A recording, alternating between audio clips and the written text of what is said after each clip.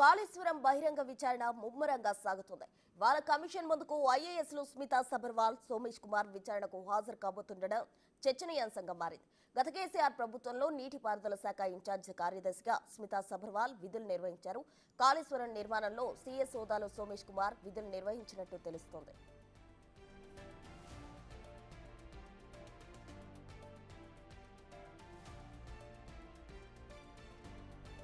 ఇక గతంలో కూడా కమిషన్ ముందు గంట పాటు విచారణ ఎదుర్కొన్నారు స్మితా సబర్వాల్, సోమేష్ కుమార్. మళ్లీ ఇప్పుడు హాజరవుతున్న తరుణంలో కాళేశ్వరం నిర్మాణంలో ఐఏఎస్ అధికారుల పాత్రపై ఆరా తీయనున్నట్టు సమాచారం.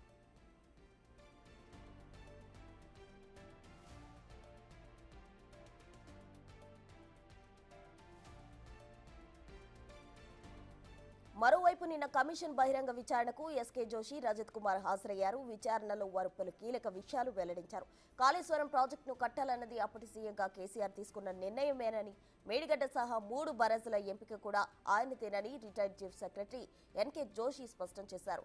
వార్షిక బడ్జెట్లో నీటిపారుదల శాఖకు చేసిన కేటాయింపులతో పాటు సప్లిమెంటరీ పేరుతో నిధులు విడుదలయ్యేవన్నారు. ఇక భారీ ప్రాజెక్టుకు అవసరమైన ఆర్థిక వనరుల కష్టసాధ్యం కావడంతో కాళేశ్వరం ప్రాజెక్టు పేరుతో ప్రత్యేకంగా ఒక కార్పొరేషన్ ఏర్పాటు చేయాల్సి వచ్చిందన్నారు. మేడిగడ్డ బ్యారేజ్లో నీళ్లు కుంగడానికి కారణం గేట్ల ఆపరేషన్ సరిగ్గా లేకపోవడమే అని పేర్కొన్న ఆ శాఖ స్పెషల్ చీఫ్ సెక్రటరీగా పనిచేసిన రజత్ కుమార్ నాణ్యతలో లోపం కూడా ఉండొచ్చన్నారు.